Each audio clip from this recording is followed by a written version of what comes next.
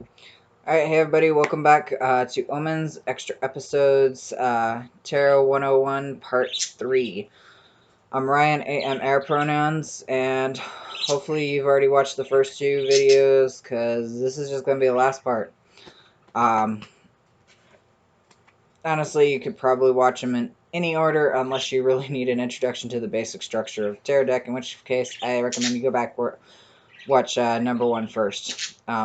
Rest of these you can probably take in just about any order. Alright, so in our first episode, we covered the introduction to what tarot is, the structure of the deck, a little bit about divination and cartomancy, different types of tarot decks. Bobby's not happy with me talking so much today already. In our second episode, we went through 3 of the 4 suits, pips, wands, swords, and cups. And in this third part, we're going to go through the Pentacles and the Majors or Trumps. Alright, so again, I'm doing this in a storytelling format, so we're going 1 through 10 with or ace through 10 with these in basically a storyline that can be applied. Oy. Such a screechy old man, I swear he is. Alright. So pages, or not pages, pentacles. Pentacles, or coins, or discs, correspond to the element of earth, which means they correspond to the astrological signs of Capricorn, Taurus, and Virgo. Kind of their whole keyword is grounding, or earthwork. They correspond to the part, their action of it, to our instinct. So those muscle memory stuff, that, stuff we don't think about and we don't actually feel. It's not intuition, and that we feel it and we know it, even though we don't know how we know it, and it's not anything to do with our mind or our heart. It's that stuff where we just why'd you step sideways? I don't know. Oh crap, something just fell there. It's just that muscle memory type deal. That stuff we just do stuff instantaneously. We already know this, we already know that. It kind of corresponds very closely with intuition. They work together and tend to be a little bit indiscernible, but they're two different things. And on that note, it also corresponds to our bodies. So it's our actual physical self, our material parts that we can touch and poke and prod and all that. So wands are our soul, swords are our mind, cups are our heart, pentacles are our body. These are pentacles about the material, your possessions, your material things, your actual work, your jobs, just the actual stuff you do type deal. Community-wise, pentacles kind of tend to correspond to, I connect them more with our immediate family. So whereas wands, it's all about ourselves. Swords are about our connections with the world kind of as a whole, with other people in general. Cups are about our friends' connections and our relationships. They're kind of more about our family connections too, I suppose. But more about our emotional connections, the stuff we really care about. Pentacles are more about our relationships of, I suppose proximity would be a good way to put it. It's like these are the people we're in constant contact with. Maybe not family specifically. It's just those people that we're just kind of always in contact with, that we know really well, that we might not be emotionally invested in, but they're just kind of our kin. I'm not sure where pentacles fall. I'm not sure how to separate different relationships. I'm not very good with human relationships and dynamics and such. But anyway, that's what I had. So, alright. So, and alchemically, pentacles are the earth half of salt in the alchemical elements triad. So salt corresponds to the body. So pentacles are all about the body. So some of the keywords again: material, wealth, possessions, work, cycles, time, craft, growth. It's the stuff you do, the stuff you make, the places you go. It's your actual it's anything physical and material, like your work, your job, your actual making stuff with your own two hands or your mouth or your feet or whatever have you. That's the stuff you physically make. And it's how you grow. So, let's get into the story. So, the Ace of Pentacles, this is where we start on our stability. This is where their keyword is stability. This is where we start. This is where we have that first. We have the ground beneath our feet. We have our job just started. We have our interview, what have you. We've got the materials for our craft project, whatever. It's that stability that, okay, I can go forward from here. I can move forward from here. I've got solid ground beneath my feet, or my wheels, or my skis, I guess. It's just, I can actually go forward. This is stability card. It's like you're ready to embark on this endeavor. You're good to go. You've got all your ducks lined up in a row, and you're ready to march forward. In reverse, it's kind of, its keyword is anxiety. It's like the ground's been yanked out from beneath you. It's like you don't know which way is up, where you're going, what's happening. You can't get a grip. It's like the earthquake just, like the rug just ripped out from underneath your feet. You're like, whoa, kind of a deal. It's like there's maybe not a good time to start because somebody just took your start and went, nope, not happening. But with our start, once we get a move on, we start going. That's when we start. We've added this new thing in. We've got a few things. So we get to the Two of Pentacles, which its keyword is juggling. Because it's like, I've got home life here. I've got family life here. I've got work here. I got to try to keep all these balls in the air and know which ones can drop when and which ones I need to pick up and when I need to pick this one up where and which one needs to go higher and lower and all that. And this too is where you actually you're doing pretty good. You're juggling stuff really well. You're working yourself fine. That stability from the Ace of Pentacles is continuing on. It's like, I got this. You got this. You can just, you keep on going. You got all the balls in the air and you're sailing along. You've got that, that weird, dance going fine. In reverse, of course, all your balls have fallen and you've lost control of the situation. You have no idea what's going on, and again, kind of that rug ripped out from under feet feeling, but instead you've lost control of, you can't keep work life up, home life is dead, and your family is getting pissy, whatever have you. Your cat wants to eat your face because you keep changing her dinner time, that sort of stuff. It's like, you just, in reverse, this one is like all the balls have fallen everywhere, you can't juggle. Can't do that dance. But anyway, so back to our upright story. We've got that dance going. So now that, since we have that, we've got everything balanced pretty well. Well, now comes in the Three of Pentacles, which is about teamwork. It's where we're starting a new project, a new job, a new hobby, a new whatever. And it's about team. So this card specifically has to do with teamwork because there's multiple people on here. It's like there's a big project, so it's like a team project at work type deal. It's like y'all are working together, working along smoothly, making sure things are building up quite right. If it's by yourself, it's like you've got a very good start on this and you've got a good handle on it and you're supported and able to do it, type deal. In reverse, it's more about competition. It's like somebody's not pulling their weight right because they want to take the credit. It's this type of situation kind of leads to Six of Wands in reverse, where somebody's taking all the credit for something they didn't do. This one is the Three of Wands or Three of Pentacles in reverse is again about competition, about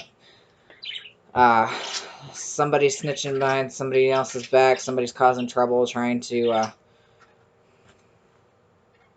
oh. Sorry, I got distracted by a picture on one of my cards. It looked like the dude's head was weird.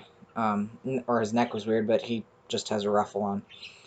But anyway, so Three of Pentacles in reverse is nasty kind of competition. It's like somebody's trying to make somebody else look bad so that they look better type deal. But if we can keep this upright and we've got our healthy teamwork going and everybody's doing the right things, then we've got a good build going on. So here in the Four of Pentacles, which is oftentimes seen as greedy or miserly. And it's like, no, he's got stuff started, and he wants to make sure it's when you first start, like, say your own small shop, you've got your inventory, and you've spent money on a loan to try to get this business, so people are starting to buy stuff, so you're holding on to every penny you get, so you can make sure that you can make ends meet, and you can buy new inventory, and you can keep the shop up. So this one, I tend to see it more of a careful collection, somebody who's keeping their books, checking everything, making sure stuff is going correctly, so that they're not going to end up in dire straits, that their project isn't going to fail, that their work is going to do okay. This is a very careful card. In reverse, however, that is when it gets a little miserly, when they're like, no, you can't spend 2 cents on that. No, it's about, I think, the Scrooge of, you want to put more coal in the fire? Coal costs 2 cents a lump. No, it's too expensive. That's where this is inverted, where it's like they're refusing to actually do anything safely. It's where they're like, oh no, it can just keep working till it breaks. Well, if it completely breaks, something else might also break, and then that's even more expensive. And they're like, no, we're saving money now. They're short-sighted. They're not looking ahead to the long term, like the upright, which is like, I need to make sure that I do this right, so that this thing will extend beyond just the short term. It's going to go, we're looking for the long term. Inverse is just short term, we must collect all the money now, or all the stuff now. We must do everything now and refuse to plan ahead for the future. Alright, so we've done our planning and our keeping things carefully. Oh, that does have the other symbols. So, but even with all that careful planning, sometimes, especially near the beginning of something will go wrong, something will break. That chocolate statue or carving, like the main piece, will suddenly fall apart. Somebody forgot to turn put something in the fridge, and it's gone bad, and now you've got to restart the entire thing all over again. Sometimes we take losses, we take hits, especially in the early days. It's like this business, the small shop you started is now just kind of went in the red for a little bit. It's like, but so the Five of Pentacles is the card of loss. It's like you kind of dip down into pretty bad straits. However, there is the thing with the Five of Pentacles is there's always a big picture window. Usually a church, and some other decks, it's in another deck I have, it's a home. A cat standing outside of home looking in.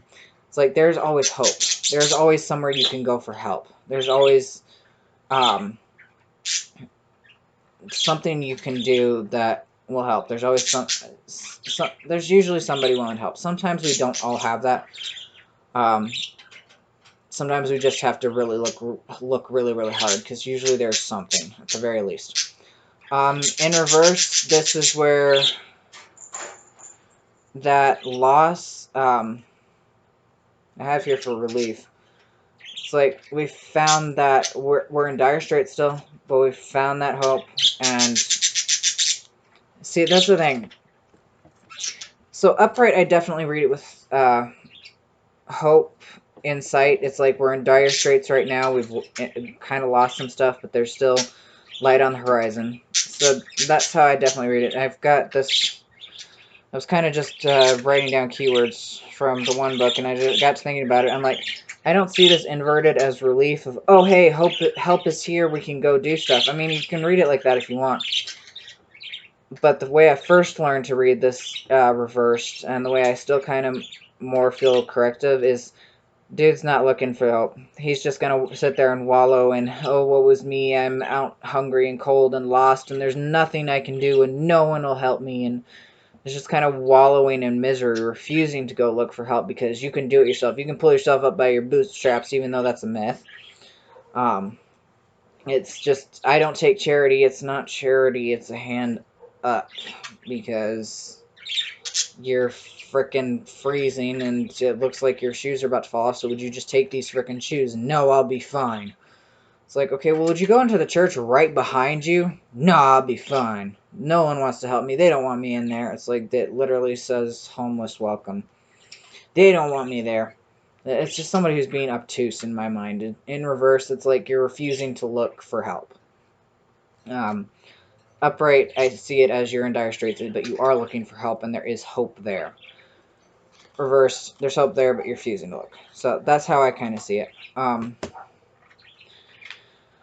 Alright, so the next one, now, after loss, there comes generosity, because, again, that person will, sometimes there's usually someone willing to help, that will help give you a hand up, to help you get back on your feet. And that's what the Six of Pentacles is about. And the Six of Pentacles we can also encompass, because sometimes we're that person who has that wealth that we can give. This person here, it looks a little bit sinister, honestly. I don't know why they did this art choice specifically, but I'd have to read their book again. But there's this giant person just kind of looking down over a town that she's probably helped build. They're looking down at everything that they've given help to, and they've spread the wealth, basically, that they have. They've been generous, giving to make sure to help improve their town, not only for the town's benefit, but for their benefit too, because if their town is thriving, then their business is thriving, and if their business is thriving, they're thriving. It all kind of works together. In reverse, it's someone who's like free and loose with their purse strings. They're giving and giving and giving, and they've probably racked themselves up in some debt.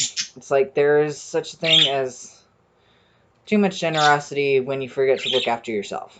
It's like, okay, well, this one I would definitely read. I would most likely read as you need to receive some generosity instead of giving so much generosity. You need to receive, because receiving can sometimes be the hardest thing for most people. It's like you need to actually receive the help that people are trying to give you. It's like take that week off of work. Take that $20 gift that somebody wants to give you for. Let somebody else pay for the lunch you guys had together because they want to. Don't insist that you can give and give. Sometimes, because you can't give from an empty cup. It's like if there's nothing to give, then there's same thing. Nothing to give. You got nothing for yourself, and if you're refusing to let anybody else give you anything, then how are you going to fill that cup back up? But yeah, so that's kind of how I see it. So generosity and debt. So then, of course, that Six of Pentacles is, yeah, we've hit a good point and we're generous, but it's only 6. Still got 4 more. So our next card, the Seven of Pentacles, is waiting. It's like we've done everything we can on our project, and now we're just letting it gestate. We're kind of just waiting to see what happens next. Is it going to grow? Is it going to die? Are we going to be okay? Do we need to do something else? Do we need to change something up? Do we need to go back to some way or another? It's like we're waiting. We're patiently. We're just kind of waiting to see what happens, because stuff takes time. In reverse, this is somebody who doesn't want to wait. They want that instant gratification. They want it to be done now. It's like we're so sick and tired of waiting, and sometimes if this comes up, it's like maybe all that waiting, it's like either you need to wait, you need to just stop and wait, or maybe you've been waiting too long and it's time to move on to something else. Maybe in this case, this project has died. Something new on the horizon, maybe. Something new possibly on the horizon. But yeah, so after waiting, of course, sometimes that waiting goes good. Sometimes we fill up. Sometimes there's more stuff in line. That we put our work out there for people to see, and we waited, and now we have commissions. Now we have clients. Now we're doing really good, constant, steady work. We're seeing our hard work pay off. We've got some muscles building for all that time at the gym.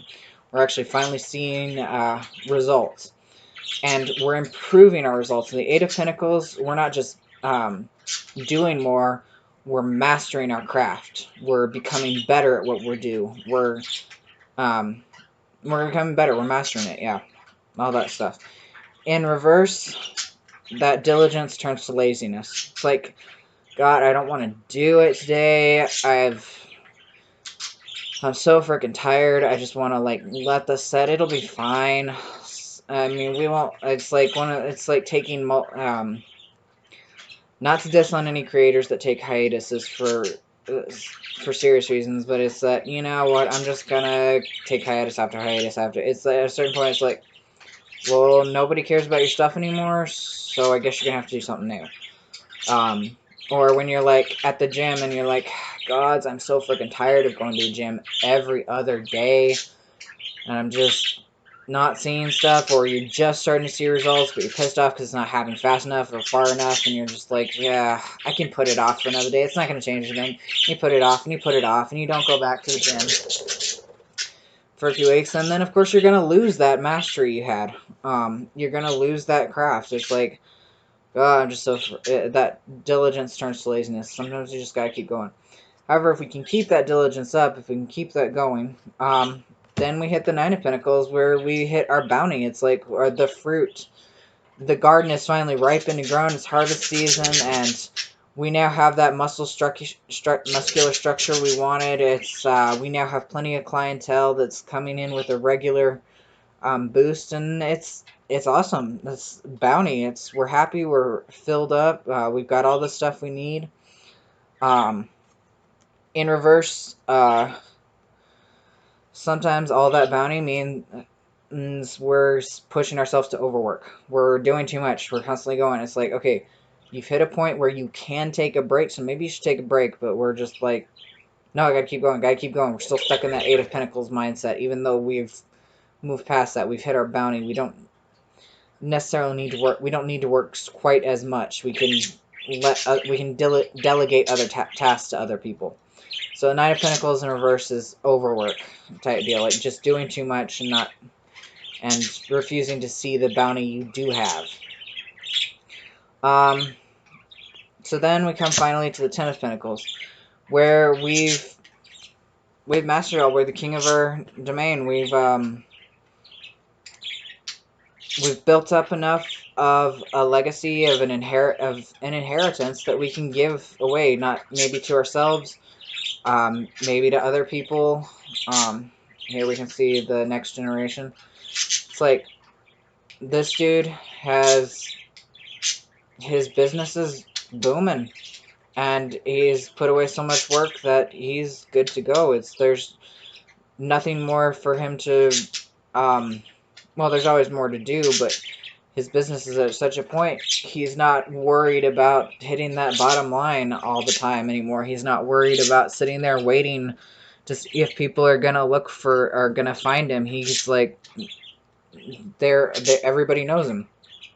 So now he's at a point where he can take that bounty and he can use what he needs, and he can put the rest away as an inheritance for someone else, for his family, for his friends, or whoever, for his business to continue long after he's left, even. It's like, this is the card of inheritance. Now, in reverse, obviously, we go the opposite way, where we've lost everything. Devastation is the key word for this.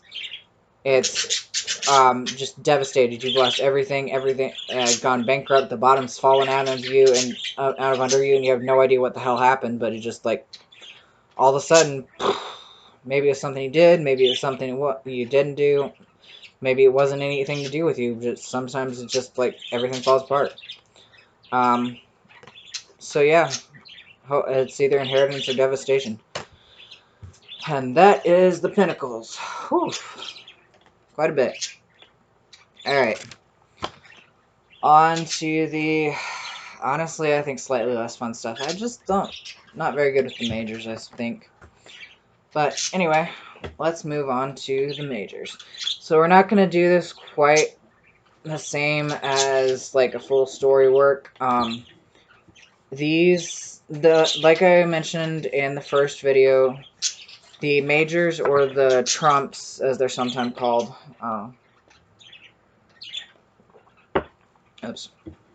they're archetypes, which is, if we go back, a primitive model or a prime example, the first example of something, the And I had it. I left my phone somewhere. Anyway, I shared the definition in the first video. So archetypes are kind of, they're not characters, they're not energies, they're not just characters, they're not just energies, they're not just situations, they're not just scenes in a story. They're all of the above, all at once. And depending on where it falls and how it's coming across to you, depends on what part of it is coming across stronger, but you need to constantly remember and take into account all of its parts, because each of the majors it's a big bend in the road. It's the road itself actually changing. It's not the signpost telling you can go one of these 3 different ways. It's an actual, this road is changing. This road is curving here. These are the big things. So I'm not going to go through the Fool's Journey because I almost think that limits it too much. My previous take of this that I did back in November, which I didn't end up releasing, I went through the Fool's Journey, and it's so limiting. It's like people who can actually, maybe I just can't tell it well enough. Well, even from people I've heard from, it just limits too much. It just pares it down to, they are the basics and the archetypes of a storyline. I will give you that. It is called the Fool's Journey for a reason. It is there for a reason, but if you want, I believe Psychic Shack Podcast has an episode on the Fool's Journey, and Mashad tells the story really, really well. I can't. I've tried. I just can't tell it as well as he can. So if you're interested in the Fool's Journey, go look Psychic Shack Podcast up and look for the Fool's Journey episode. I'm pretty sure there is one. I might be wrong. If hopefully it is there, and I will link it in the show notes below, but we'll see. But anyway, alright, so I'm just going to kind of go through each of these cards as what they represent. You will notice the pattern of the story, but I'm going to go through kind of an overview of the card as a whole. Alright, so the first card in the deck the first card in the trump, in the majors, is a card that can literally fall anywhere. It's usually at the first card, but some traditions put it in the middle, some put it at the end, some put it both at the beginning and the end. Because the Fool is the 0 card. The 0 can literally fall anywhere. So the Fool is someone whose mantra is "I am going." And all these mantras are from Kitchen Table Tarot, by the way.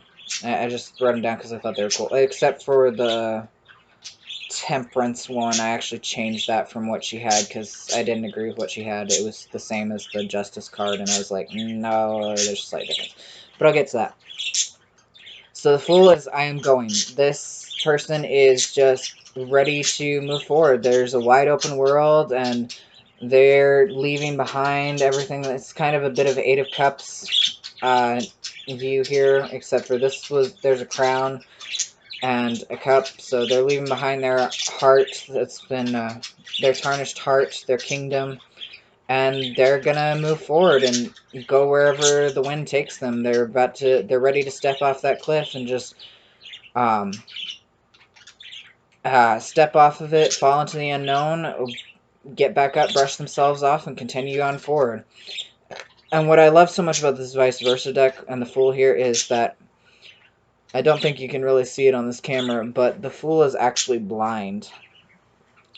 So even more, I don't know where I'm going, but I'm trusting the world to take me there.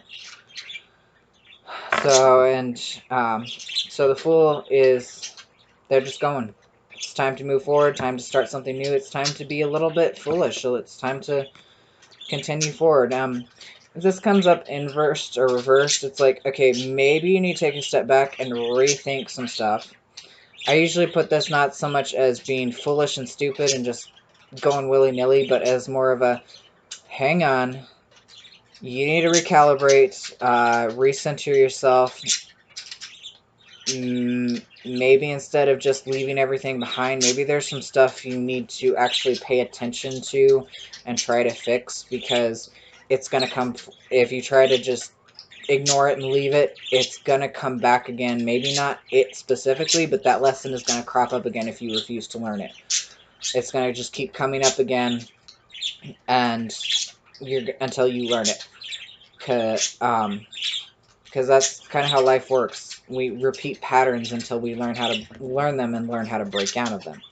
So if it comes up reversed, I'd say, hang on, you're trying to run away from your problems, but you need to actually go face those problems.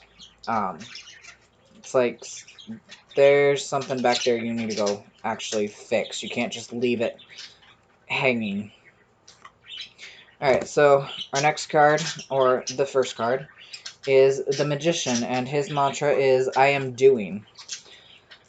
So this Magician is power. He knows himself. He's confident. She's burning the candle at both ends.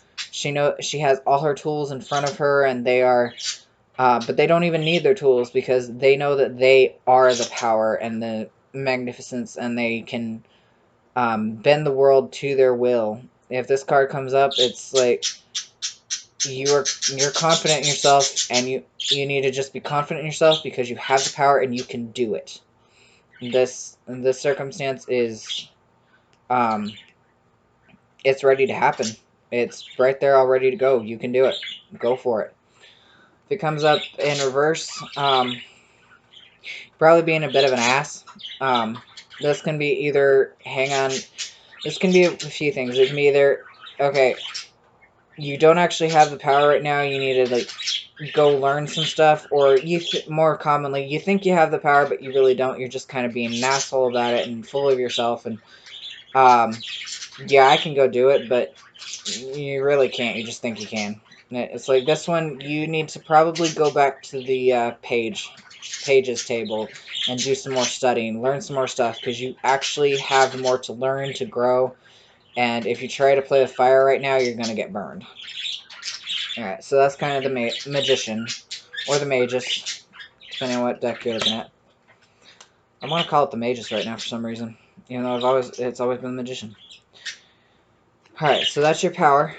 So the next card is the High Priestess. The High Priestess represents our intuition, the deepness, sacred mysteries of hidden things, of hidden knowledge. This card comes up, you need to take a step inside, go look into something more occult and hidden. Something is hidden from your view, and it's very important, and you should probably go do your due diligence, go learn about it. You need to take a stop, take a breath, and listen to your intuition. Most commonly is what most common message when this card comes up is sit with yourself, listen to your intuition, go inside, just listen. Divinity or the universe or what have you is trying to talk, or your higher self is trying to talk to you, and you need to just slow down, stop, and listen. Oh, and her mantra is, I am knowing. She knows. She's not going to you're not going to get that knowledge easily, but she does still have that for you to come find. In reverse, if this comes up reversed, you're kind of, I'd say this is a message of you're being obtuse. You're refusing to listen to your intuition. You're refusing to look into the mysteries of whatever. You're trying to see everything in black and white and refusing to look at any shades of gray. And it's like you again, that message of you need to stop and listen to your internal knowing. Go do some actual divination work or something, like with tarot cards. But anyway, you're not listening is what this card says. This way, it's like you're just not listening. You need to listen. All right.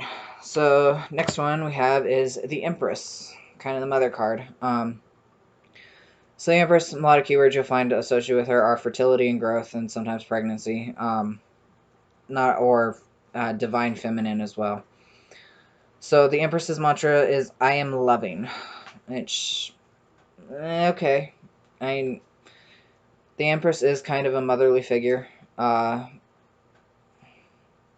really want to say he. The Empress is the Empress comes up, and stuff is growing, stuff is being born, you're creating something amazing and wonderful. It's like you're writing a book, drawing, painting a picture, or stepping into a new relationship. This new job is going to be great for you. It's going to help you grow in so many ways. It's going to give you so much. Now the thing about this Empress card that I wanted to point out is back behind her, and I think I've gone through this in the Empress episode. Back behind her, that well of water of emotion, there's a skull sitting in there. So you can't get new growth without something dying. You can't get new life without something dying. You can't get a new and better job without leaving your old job. That's just the way it works. All new creation takes the destruction of something else, or takes the death of something else. So the Empress likes to remind you of that. It's like she is loving and kind, and he gives you great growth, but they need you to remember that that new life can only come from death of something else. Even if it's just the death of your paint box because you're trying to make an actual painting. Same thing. Alright, next card is the Emperor, and his mantra is, I am directing. The Emperor is one of the cards that tends to, as one of two cards. Him and the Hierophant, the next one, tend to get a lot of flack because we have trauma with patriarchy, especially in our current culture here in America. And in a few other places throughout the world. Probably most of them. So we're so used to the reverse side of the Emperor, and I go over this in the Emperor episode and Hierophant episode too. The reverse of the Emperor, I'm going to address that first. Authoritarian. He's authoritarian. She's a tyrant. It's their way or the highway. You do what I say, and you do it now, and you do it my way. Authoritarian, strict, controlling, a refusal to let you do anything. And sometimes the person doing the stricting is yourself. Just FYI, if this comes up in reverse, if it's not, sometimes it's about other people, sometimes it's about situations you're in, sometimes those situations are holding you down, and sometimes you yourself are the one holding down, especially if it comes up in a self position. Now, upright, the healthier side of the Emperor. This is power. There's still control there, but it's healthy control. He is not, you can only do what I say. He is like, okay, no, you can't go play video games right now. You need to get your homework done, because if you don't do your homework now, you're going to have to do it later, and you're going to be more stressed out later because you'll have forgotten some of it, and you'll probably be tired from playing video games. And if you leave it too late, well, you're going to have even more anxiety and stress from having to try to rush it. And if you leave it for too long, you might end up turning it in late, and then your grades are going to take a bit of a dunk. So the control is, no, you need to do this first, because that is what is going to be the most helpful for you right now. Most helpful and healthy thing for you to do right now is to do these things in this order. And that's because he knows. He's kind of the healthy father figure, upright. It's someone who cares and knows and is going to make sure things are done right. He's going to lead. She's a leader that actually teaches as she goes. The Emperor is a director, a supervisor, and as I mentioned in the Emperor episode I have on here, while the Empress is about growth, about filling things up, the Emperor is about expanding. About expansion, going farther and further afield to do new things, to create more opportunity for all of their people. The Emperor wants their people to succeed, so they're going to make sure they give them that opportunity. That's kind of the Emperor in its healthy aspect. It's expansion. Yeah. Alright, next card that's a little tends to be a little difficult is the Hierophant. And the reason for the difficulty is because for some goddamn reason, most people just give it a few short sentences of representing religion and religious structures and institutions. Yes. But that's kind of a bit of a trigger word, especially for those who have religious trauma. I had difficulty with the Emperor and the Hierophant too, don't get me wrong. I just came around to them very quickly, interestingly enough. I blame the fact that I'm into Hermeticism and ceremonial magic. So, the Hierophant, yes, religious institutions and structures and whatnot. But the way he got there, the way that the Hierophant got to the top is because they did the work. They went into the High Priestess's lair, got those keys of knowledge you see behind her, and now he offers them to whoever can do the same work. To whoever is willing and able to do that work for that knowledge, for the secrets those keys hold. Yeah, so, and in Kitchen Table Tarot, Melissa Sinova writes that at one point she read somewhere that the Hierophant kind of corresponds with trickster gods, like Loki, Prometheus, where's some others, Anansi, and such. They're the gods who go, you're being dumb, but I'm not going to tell you you're being dumb and try to tell you what to do like the Emperor would. I'm going to encourage you, watch you trip and fall over your own face 5 times, and then say, now you want to try and do it my way? Huh? You ready? That's kind of the Hierophant here. The Hierophant is going to teach you and kind of direct you a little bit. And kind of, they're not going to direct you. The Hierophant, she's not going to direct you. She's going to show you the path, show you the way to get to it. She's going to show you these keys sitting right here. And if you have questions, they'll answer you. But you have to do the work. You have to actually travel the path. The Hierophant is just there to show you the way. And at the end of it, tell you, good job. Here's your key. There's the next path. There's the next level up that way. Go. Hierophant also means teacher, or is basically the teacher.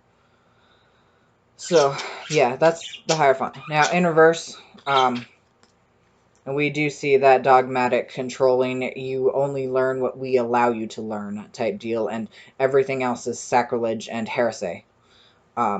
If this comes up in reverse, it is someone is refusing to, maybe you or someone else is refusing to let you or someone else learn, to actually explore and wonder and learn new things. You're just like, nope, you can only look at this small subsection. There's nothing else to be learned. Everything else is false. It's all false. All fake religion, all fake news, whatever. It's like nothing else is true except for this little box here. Bullshit. Allergies. So that's the Hierophant in the verse, and that's kind of, again, the first thing that pops into a lot of people's minds, especially if they have religious trauma, is that it's dogmatic, controlling, similar to the Emperor, but it's not. The Hierophant is the teacher, the way shower, the way shower, the light bringer. But yeah, so that's the Hierophant. God damn. I'm taking too long on these cards. Oh, and the Hierophant's mantra is, I am unlocking, by the way. So, unlocking knowledge, unlocking secrets. Alright, so next one is the Lovers, and their mantra is, I am focusing. So the Lovers is where we start realizing there's more to life than just ourselves. We're just like, there's something over here that clicks with me, whether it's another person, a way of being, a spirituality, a religion, a path of knowledge or whatever. It's like you look at this and you're like, that is who I am. That is what I want. That is what is for me. I'm going there. I am focusing on this, and I'm ready to receive this new knowledge, receive this new way of being, and the angel blesses that. Well, angel blesses that, air quotes. That's kind of just metaphorically, unless you actually have an angel blessing something, which, I mean, can happen. So this is, I am focusing. I'm choosing to do this. I'm choosing to stick with this one thing type deal. Because this is also known as a card of choice. Except for it's a very strong choice. This is something you're going to stick with for a long time. In reverse, I don't have notes for that. In reverse, you're just not focused. You're kind of like, yeah, that looks cool. And yeah, it's really calling to me. But it's terrifying me, and I don't want to actually go do it because I'm scared, so I'm going to kind of just meander over here and over there, and it's going to sit there and scream at me and just kind of call, and I'm just going to like, la la la la, I can't hear you, because you're scared. It's like, if this comes up in reverse, I'd assume I'd say you're probably scared of whatever, and you don't want to have to make that decision. You don't want to actually focus on that thing and choose it. So, and it can be scary. Some stuff can be scary. Just ask me back when I was first getting introduced to Kali. I was terrified. But, so that's kind of Lovers. Make that choice. Alright, so the next card is the Chariot. This is a fun card. The Chariot's mantra is, I am driving. This person, she knows what she wants, and she's going for it. This is a very direct moving card. It's like there's nothing standing in your pathway. You are going. Master of your fate, conqueror of your realm, what have you. It's in the Chariot. This person, they've risen to the top and they're ready to keep going, and they just want to go and go and go and go. And in the Fool's Journey, this is often where a lot of people get stuck, as they just want to, they've mastered their initial life, and they want to stay there, and they're master of that, so they don't really want to go farther. Which kind of speaks to the Chariot reversed, and this of, you're stuck, you're halted, it may seem like you're going places, but you're really just traveling the same stretch of road over and over and over, never going any farther, never growing anymore. You just want to stay here where it's comfortable, where you're large and in charge, and you don't want to have to try anything new. It's just like, there might be obstacles in your way to doing that. More than likely, you are the obstacle. But sometimes, depending on how it comes up and what other cards there might actually be something or someone else actually blocking you. But yeah, so that's the Chariot. Next card. So card number 8 and 11, Justice, or Strength and Justice. In RWS and majority of their clones and similars, those based off them, it'll be Strength will be 8 and Justice will be 11. In Marseille and Toph, the two are switched, so it'll be Justice and then Strength. But we're going to stick with Strength and Justice for now.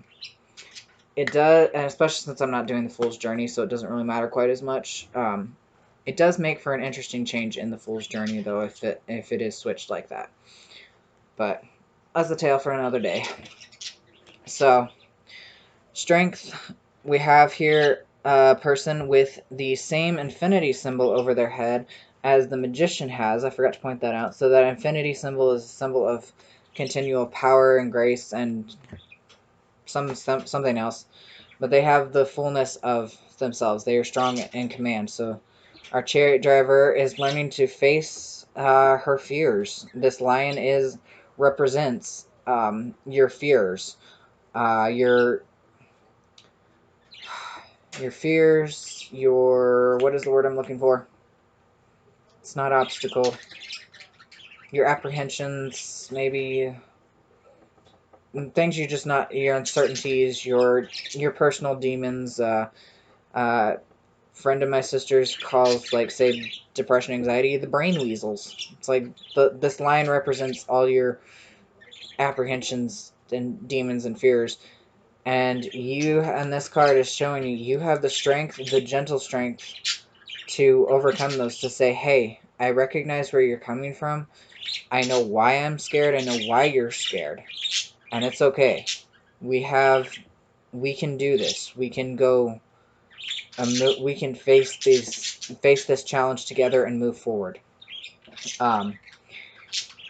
And her mantra is, I am graceful, by the way. Strength's mantra is, I am graceful. I have the grace and the ability and the presence to overcome. I don't need to bully my way through or charge through brashly. It's like the queen can just walk in regal and people will part for him like a wave.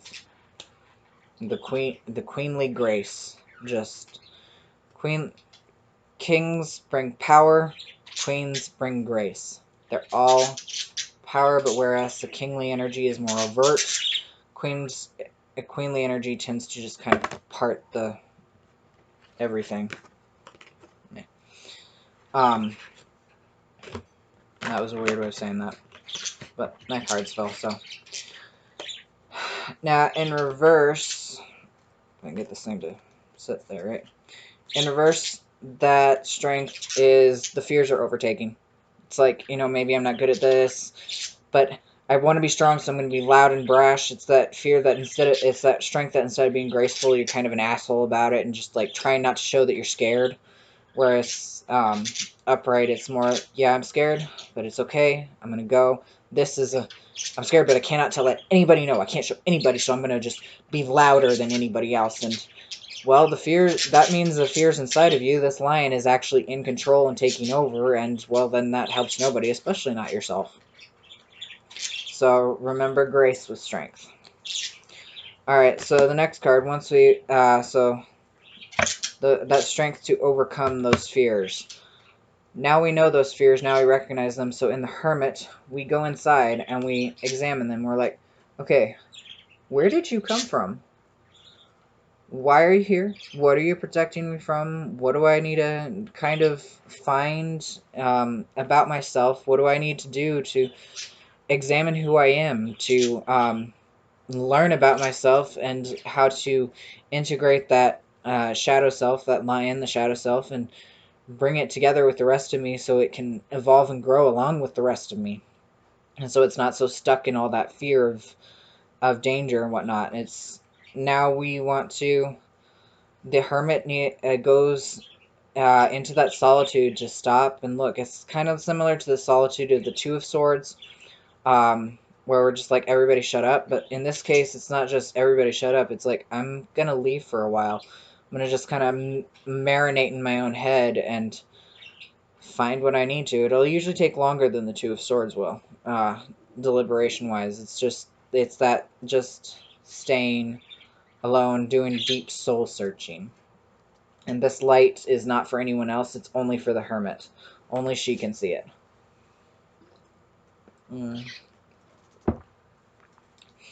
Now, and the Hermit's mantra is, I am thinking, by the way, which, yeah, I am thinking. However, in reverse, this is when you're overthinking. When you're just stuck in your head, examining the same stuff over and over, refusing to actually live your life. You're just like, nope, I'm happy here, I'm safe here, I'm gonna keep kind of just moseying over the same stuff. And it's like, well, you kind of need some of the outside stuff to, like, push at you to help you evolve and grow instead of just running through scenarios in your mind. It's like the Hermit in reverse. It's like, okay, get out of your head, go do something for a while, and go back there later after you've actually given yourself some evolve time. So Hermit reverse is get out of your own head for a little bit. You got some places to be. Alright, so the next card is the Wheel of Fortune, whose mantra is, I am changing. So with the Wheel of Fortune, this is kind of things changing outside of your control. And it's, now, sometimes, we'll look at the back of this card, sometimes you are in control. We have the Magician here that has the Wheel of Fortune in his, and he's holding the Ankh symbol, which is a symbol of power over life and death. So sometimes you are master of your own fate. You are master of your own fate is his reminder here. You can make choices.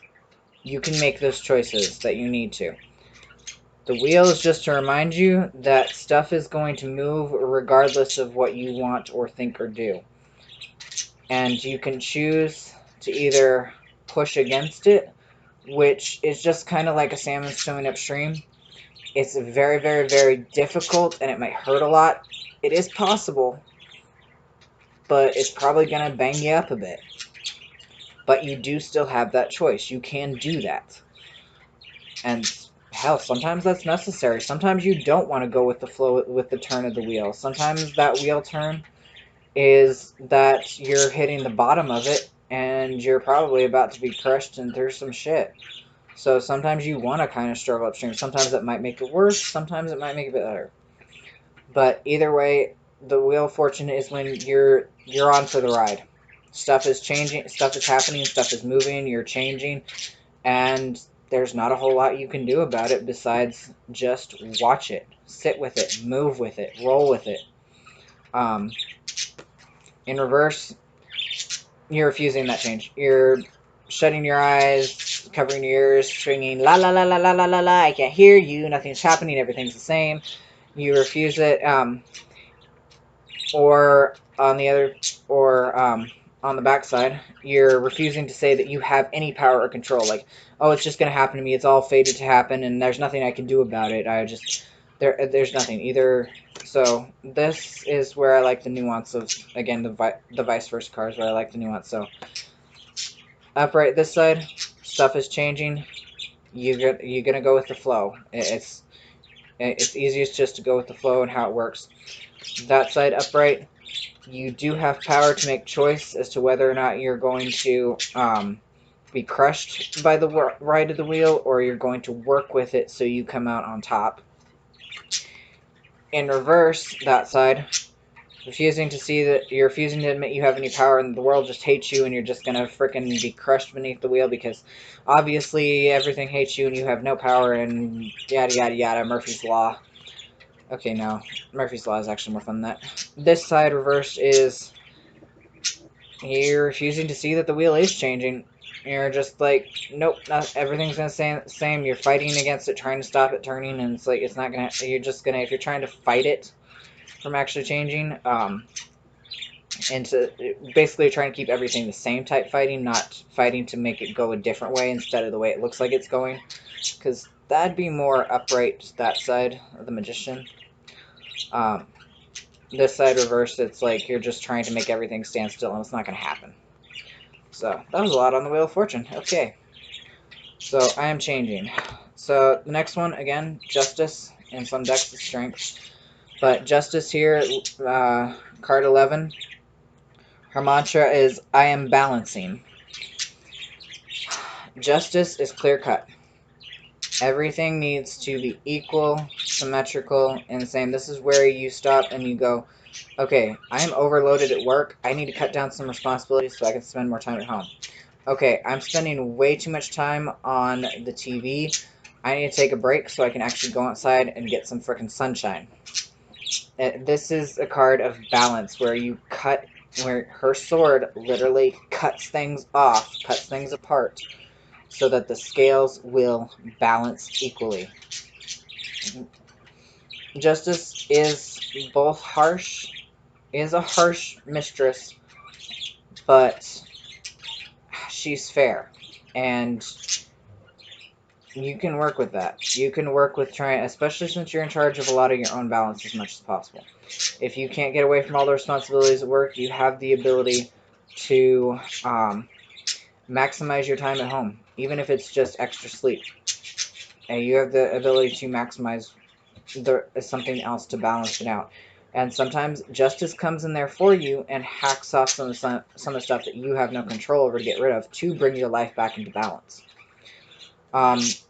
In reverse, everything's wonky, out of balance is how I usually see it. It's like this card usually comes up for me this way as you're way too lopsided one or the other, and you're refusing to let go of something of excess. It's like you really need to cut some shit out, but you're trying not to. It's kind of similar to Wheel of Fortune, is like you just don't want to. You like, this is a card of being overburdened. Things are all out of whack, overbalanced, and eventually, due to the way Justice works, it's going to turn up right on its own, whether you like it or not. Your best bet is to just try your best to turn it upright on your own instead of letting it come through and all of a sudden you have no job. Because you need to spend more time at home. Sometimes the universe works that way. Sometimes that pendulum swing isn't... sometimes that pendulum isn't in the middle. Balance is... the pendulum will swing one way and then the other. It doesn't always sit in the middle. And sometimes you just need to be... if justice is reversed, it's going to upright itself eventually. The question is, how are you going to work with it? And are you going to try to stop it? Or are you going to try to do it ahead of time so that the universe doesn't fuck you over because it's trying to get things back into equilibrium? Because the other part about justice, the universe, when I say the universe fuck you over, I just mean it's going to feel like that. Because if we remember correctly, justice is blind, the universe is... It doesn't feel the same way humans do of maliciousness or, oh, this is going to mess with them, that'll be hilarious. It's just like, wait, this is out of whack, push. Oh, whoops, somebody fell. Oh well. Moving on to the next life. It's like, we just pushed, somebody fell, okay, so now they're here. And this thing is back in balance. Okay, good. Doesn't really... justice is blind. Does not get personal. I don't want to say it doesn't care. I just want to say it doesn't get personal. So, if you want it to be personal, you're going to have to make that change yourself. Alright. Next up, we have the Hanged Man. So after we've cut some stuff out, and we've we've balanced stuff out, now we need to take a pause, stop, and reorient ourselves. And sometimes that does include going upside down. And if you've never actually stood upside down, whether a handstand or a shoulder stand, I do highly recommend it. It is actually quite nice if you can do it. Just be aware if... well, no, okay, that's a little too personal. TMI. So, anyway, it is actually pretty nice if you hang upside down for a little bit, even if it's from a tree. Or whatever you can do. It's actually it's very nice. You know, I just 5 out of 5 stars would stand upside down on my head for again. And will soon enough. Alright. The Hangman's mantra is I am releasing. So you've just cut some stuff out. You've redone some stuff. You've got to pause, release, and let go of that thing you cut out. This is the point where you say goodbye. This is where, like, okay, I've lost this job, but I've gotten a new one lined up, but I'm still kind of attached to my old job, so I need to just kind of sit here and pause and say goodbye to that old job, even if it's just to myself, to just get a change in perspective. That's the keywords I find with this card the most, is a change in perspective. Get a new look. Get a new look. Like, just change your perspective. Something... let go of stuff. Take a pause. Yeah. Upright. Upright, the Hangman is no longer hanging. He's now just standing upside down. And this one, I'd say you're, like, probably not wanting to release. You're wanting to hold on to stuff. You're wanting to... You're fighting tooth and nail for the loss of things. You don't want to just kind of take that pause. You want to keep going even though you're exhausted.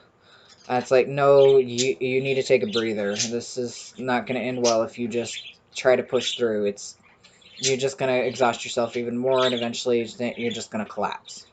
It's like, you need to take the pause the Hangman offers, is what in reverse it comes up to. A lot of things with, actually I've noticed a bit of a pattern, I'm sure you have too by this point. A lot of the majors, if they're in reverse, the advice is to do the thing to get them upright. Basically, which is very interesting, except for some of the more, people-focused ones on the earlier, like, 2, 1 through, no, 2, 3? 3, 4, and 5.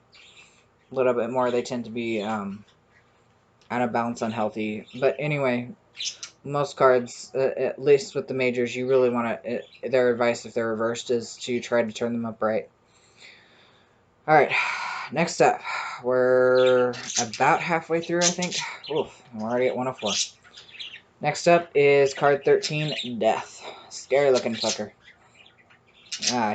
His horse has burning eyes and is blowing smoke. And he's all in weapons. Two people in front of him, the two supplicants are kind of looking at each other. Kind of sideways. Well, they're kind of more just looking at him. So, Death's mantra that Kitchen Table Tarot gave is, I am weary.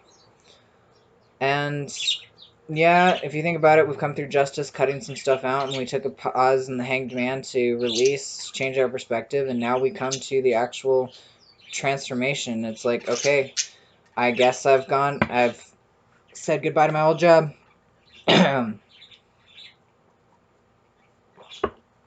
Excuse me. Said my goodbye to my old job.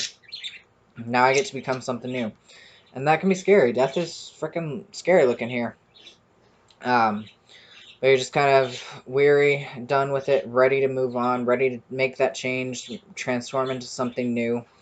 And I need to show you the back of this card. So that side for the vice versa tarot is, you see these supplicants here. They've brought offerings of their old lives. The alchemist has bought a potion bottle. The merchant has bought a skull. And they're both holding flowers of innocence and purity. Actually, spirituality and purity. And there's a person dancing naked in the background between two pillars and under the sun.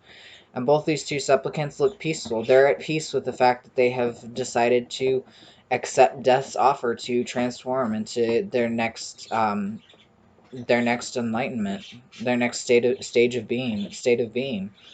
They're at peace with their choice and they're ready to move forward. Honestly, so one side of Death is scary, but the other side is beautiful, and they work together in harmony.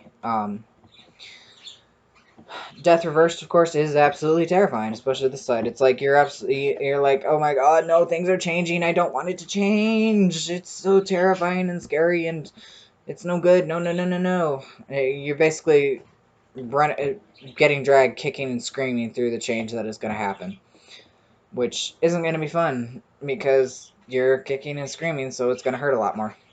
Just let Death drag you off. It'll be fine. Okay, sorry. I listened to Night Vale. Welcome to Night Vale. So, yeah. But yeah, so Death in reversed. It's gonna happen. Quit crying. It'll be for the better, I swear. Changes. This Death's type of transformation is always for the better evolved. It might not even look like it. Might not always look like it, especially if you're not in the middle of it. It might not look like it for years until you've gone through a couple more and you look back and you're like, oh, that was actually really useful. Didn't realize until I'd gone through the Fool's Journey about 6 more times, but that one back there was useful, and I'm glad I went through it.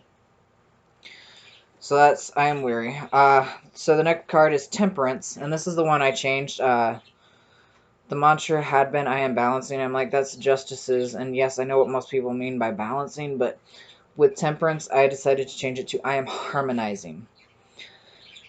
And the reason for that is Temperance, you're not balancing.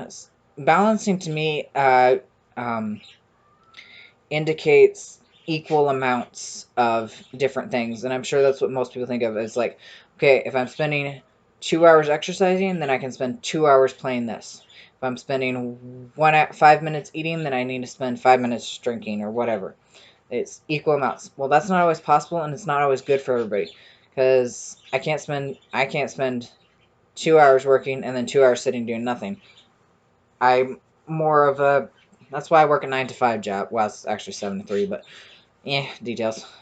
That's why I work an 8-hour work job, and then I have a few hours at home. If I tried to do 8 hours at work and then 8 hours at home with, I think I basically do spend 8 hours at home. I don't know. I spend a little bit less time awake than at home than I do at work. I swear I'm awake at work all the time. The running joke is I'm always asleep at work.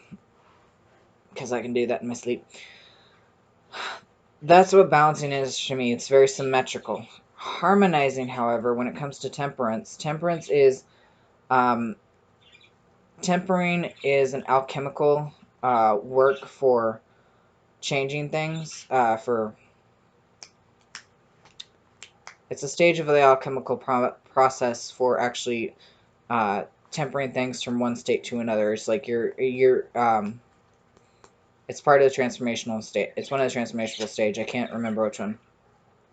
The other thing, which, so for harmony, it's more like, okay, to feel in balance and harmonic with myself, I need more of this than I do of that, and that feels perfect for me. That's my way of balance, is to harmonize these different parts. So for me, harmonizing sounds a lot better for temperance than the other thing. The other thing, this is very strongly an alchemical card, not only just because temperance is an alchemical treatment, but so here on the Angel's Robes, we have the symbols for Mercury and for Sulfur, which are the symbols for the soul and the spirit of in alchemy. The other thing that was pointed out in the kitchen table tarot is the circle on the angel's head actually represents the body. So we have mind, soul, and body. It was supposed for basically in the original RWS. There's a circle on the angel's forehead. There's a triangle enclosed in a square on the angel's chest. So it's supposed to be mind on the head, and then body and soul on the chest. This one we've got soul and spirit, or sulfur and mercury, and then the sun. See, the other thing is that circle on the head, because it's always like yellow and bright, and especially in this one, it's like, I've always thought of it as the sun, the third eye of enlightenment. Through this alchemical process, this working, through this tempering, we're gaining enlightenment here. We're growing higher in ourselves. So it's an alchemical process of transformation to the next step. And if you do listen to Psychic Shack podcasting, one of those, Mashad talks about the Temperance card, mentions how at one point, how he's like, I'm pretty sure it's time for alchemy, and one of our Psychic Shackers, Ryan, says it doesn't. Not true, Mashad. I was, what that was is, just, I did say that. I will say this. I did say that. But also I'm the one that told him it was alchemy. Basically, we were looking at the Temperance card at one point, and I was like, you know, that triangle on the chest reminds me of a symbol for fire, and I'm pretty sure tempering has to do with an alchemical process, so I think it's about alchemy. Well, I don't remember if I knew if temperance was or not. And he's like, oh, really? That's kind of cool. And I was like, well, I was looking stuff up. I was like, the circle I could kind of see is like salt, and then the triangle, yeah, that's fire, but I don't know about the square. And I was like, you know, maybe it's not alchemy. He's like, no, I'm pretty sure it is. I'm like, I don't know. So that's kind of where the conversation ended, and where he got the understanding that I didn't think it was alchemy, but I since changed my opinion. So temperance is about alchemy. Yeah. So we were both right. I was right the first time, not the second time. Shadow was right the first time. But yeah. And it's even more given here with, of course, the sulfur and mercury symbols. But yeah, anyway, that was just my side tangent that I thought was funny. Alright, so we've harmonized, we've transformed, we've gotten the disparate parts of ourselves to work into a balance that works for us. That might not work for other people, but it works for us. We've gone through our transformation, we've harmonized synthesized the new parts of ourselves.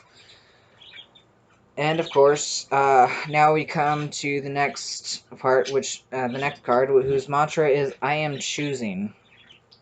So if you'll remember, the Lovers was I am focusing. In card 15, the Devil card, we are choosing. So we've harmonized the new disparate parts of ourselves, but there's still, that's not the full, we've transformed, but some of that old stuff from our previous incarnation still lingers. There's still stuff we have to deal with, stuff we have to choose, whether or not to stay in those old destructive patterns, which the devil represents, or whether we're going to take those loose chains off and make our way out of his cave and forward into the sunlight, away from, you know, I forgot the Temperance card reverse. Wow. Okay, so Temperance in reverse, let's just switch gears really fast. Temperance in reverse, of course, is kind of the opposite of harmonies. Everything's in disharmony, disarrayed. It's kind of the same idea with the rest of them, is like, you need to turn it up right. That's like, you need to get your shit together and really try to figure this out instead of just like, yeah, it'll be fine and I'm fucking dying and whatnot. It's time to turn that up right. So anyway, okay, yeah, I just keep forgetting about the reversals. You really, meh, I like reversals, so. Alright, again, back to the devil.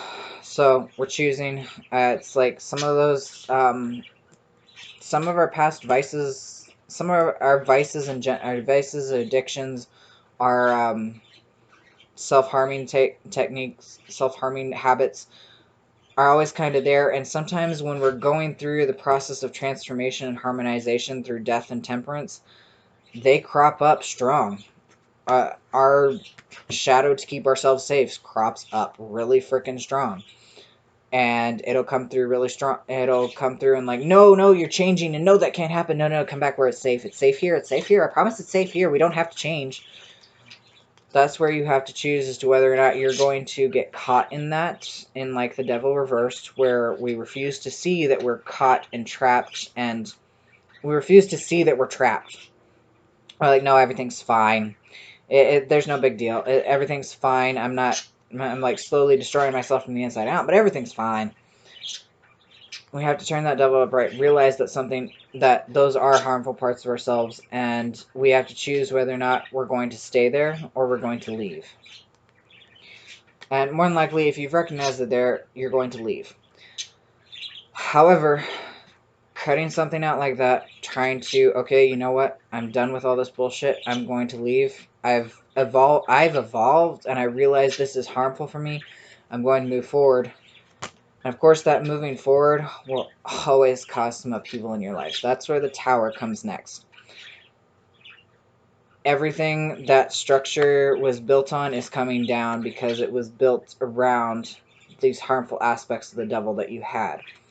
So you're going to have, everything's going to fall apart. Everything that was supported by those harmful habits is going to come crumbling down because you've taken those habits out of the picture.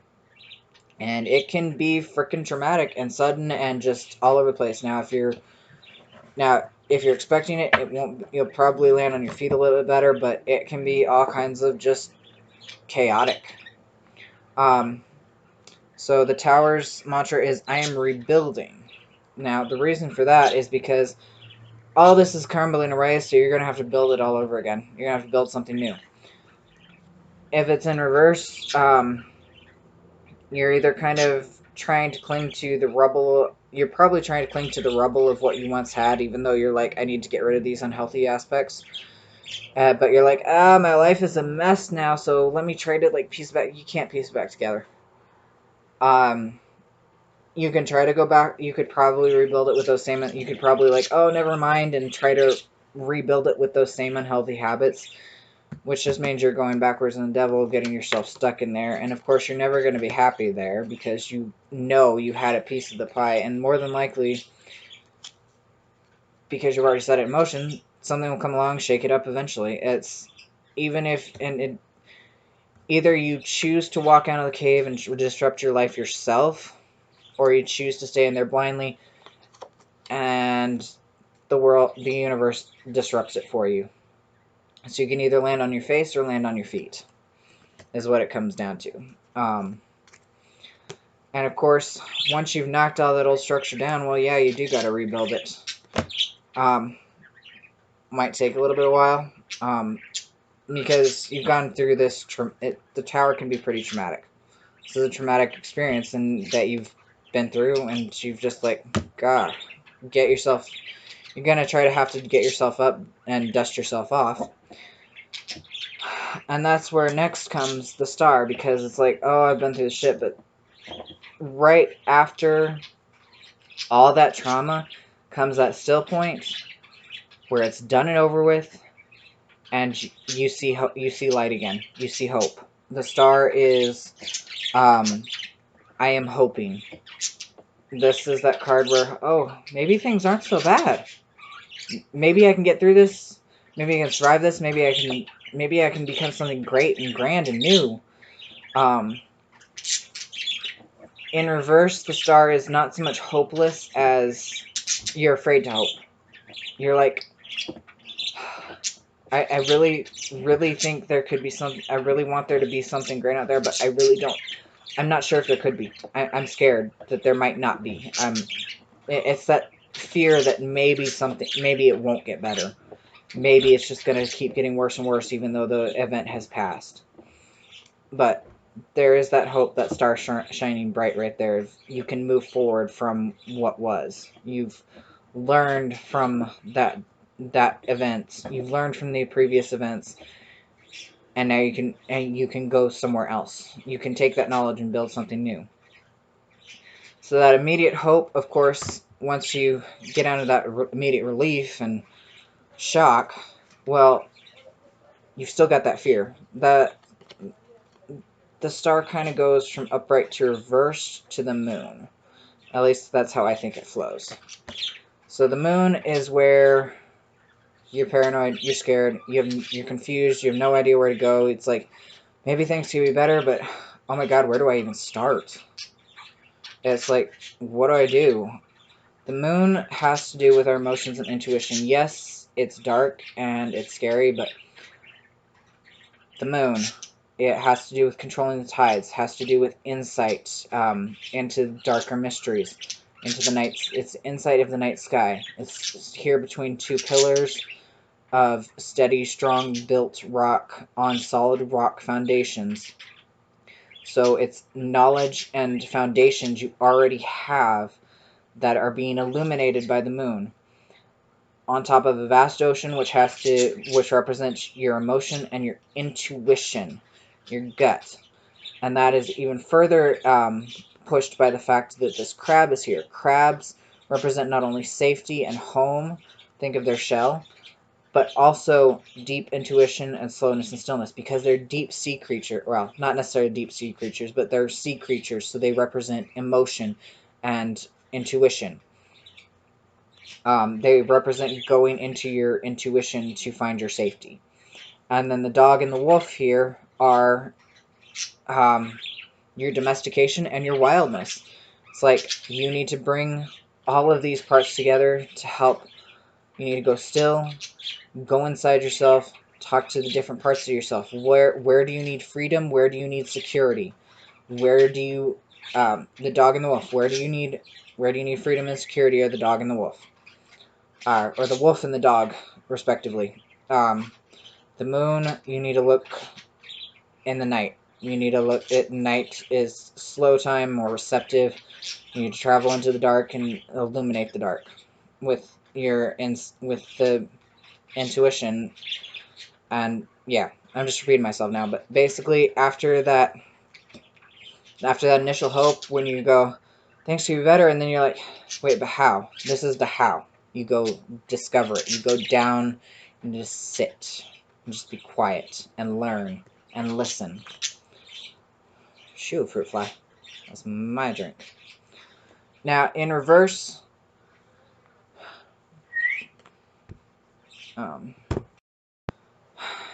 so in reverse, the moon represents kind of ignoring your intuition. Just, you don't want to go down into the dark waters and try to actually figure stuff out. You just want somebody to tell you what to do. You're just like, you don't want to go looking for the answers in yourself. You just don't want to. You're scared to. You don't trust yourself.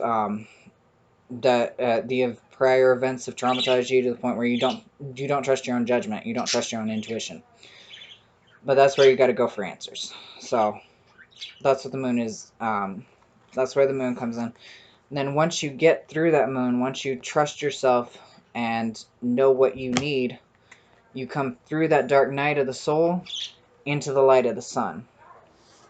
And okay, I got to address it because I constantly hear about it. On the Wily Tarot podcast, neither One sec. Sorry about that. Noisy neighbors equals noisy dog. Alright, so I have to address it. So, because it drives me nuts. And this is my podcast, videocast, whatever. On the Wildly Terror podcast, one of the pet peeves of one of the ladies on there is the fact that most sun cards have a naked baby on there. And she calls it the creepy naked baby, and why is it on there? And I'm like, because babies represent purity and innocence, and the nakedness is a sign of vulnerability. There, I said it. God, people. Look up your symbology. If you don't know what something means or why something is somewhere, look it up. Specifically, look up its symbolism. What does it mean symbolically? Holy fuck. Okay, ran over. Anyway, so we've gone through the moon. We've listened to our inner intuition and ourselves, and we've now emerged into joy. We've come through that other side, and we've set ourselves up for happiness. And the sun card just means joy in general. Even reversed, it's a little bit of a lesser joy, a little bit more contained, but it's still there. It's just instead of oh my god, things are great, it's like, whew, I'm so fucking happy. I'm just gonna keep all this joy right in my heart. That's what it is reversed. It's where it's keeping more internally. And it's just joy, pretty much. It's like, I've come through this hard times, and I've come out the other side of it and come out for the better. And so, after that, after we realize we've come through it, under that light of the sun, we can go through judgment. Oh, sun is, I am happy, by the way. After we go through that light of sun, we come into judgment, whose card is I am seeing. Or his mantra is I am seeing. And that's because in judgment, not the Christian judgment, that is the one problem with this card, and one of the problems I've had with it for a long time. Because I was just like, what is this card about? I know, but I don't know. Luckily, I've got more clarity with more reading that I've done. So, in judgment, where these people are just walking forward into the light naked. The other side, they're covering their genitals at least, but yeah. They're walking forward naked and vulnerable, and also at peace, as you can see here. They're just like, you know what? We came through. We know who we are, and we're ready to show it to ourselves and the world. This is the judgment of, I've looked at myself, and I know my flaws, and I accept them. I know my strengths, I know my weaknesses, and I accept them, and I accept them. If you can get to the point of saying I love myself too, awesome. I still haven't gotten to that point 100% yet. And you know what? Not everybody does. It's kind of a difficult point. Especially when you're constantly told you're unlovable in many different ways. But in judgment, we come forward into the light, into full light. We go into the sunlight, basically. And we reveal ourselves and go, hey, I'm good. I accept myself. Okay, yeah, I got this flaw that maybe needs some, I got this flaw that needs some work, and I don't like that about myself, but you know what, it's part of who I am, and I can accept it, and I can grow from here. I can grow. It's taking stock. In reverse, it's a negative judgment. Well, with, oh my god, did he really do that? He's not Christian enough. He's not pagan enough. That's not how you do witchcraft like that. That's the negative judgment that we're always like, okay, look, are you judging me or are you judging yourself? So in reverse, the judgment is negative. It's instead of seeing all of you as a whole, it's only looking at your flaws, only looking at your dark side and going, God, that's horrible about me, and that's horrible about me, and that sucks about me. It's like, whoa, whoa, whoa. What about this, and this? Those are awesome parts of you. Well, yeah, but this, and this, and this, and I'm horrible at this, and it's like, calm the fuck down. You're not all bad. Jeez. You have flaws. Everybody does. So, upright is acceptance of all of you, and reverse is Only pointing out the negative connotations, basically. Alright, and then after we've gone through that, that scene, that self-evaluation type, that evaluation, well, mostly self-evaluation, we come through finally to the world. We come to the end of our journey, and we celebrate, and we feel fulfilled and completed and ready to ascend higher. In fact, the world's mantra is, I am transforming. And she's got, well, on this side it's a wreath, but on this side you can see it's the Ouroboros, which is the snake eternally eating its tail, the symbol for eternity. Now, another fun trivia fact I wanted to mention with this one is these 4 animals in the corners. So we have he looks kind of like a monkey, but it's supposed to be a man, a bull, what was that? No, that's the angel. Oh, it's not a monkey. Okay, so we got the angel, or the man, the eagle, the lion, and the bull. So, how I've always heard these explained, and I actually got this from Ashad, is these are basically supposed to be the 4 Gospels of Matthew, Mark, Luke, and John. I can't remember all the details on it. However, I also just read in Kitchen Table Tarot that they could also be represented by the 4 fixed signs. The 4 fixed zodiacal signs, however you say that. So we've got the bull, which is Taurus, which is the fixed earth sign. The lion, which is Leo, the fixed fire sign. The eagle, which is... I will remember this. Virgo? No. Okay, Virgo is a fixed sign, but maybe it's Aquarius. Okay, so the angel and the eagle, I can't remember which is which, but one of them is Aquarius and one of them is Virgo. No. Virgo is mutable. Okay. I know this. Aries, Taurus, Cancer. Aries, Taurus, Gemini, Cancer, Leo, Virgo, Libra, Sagittarius, no, Libra, Scorpio.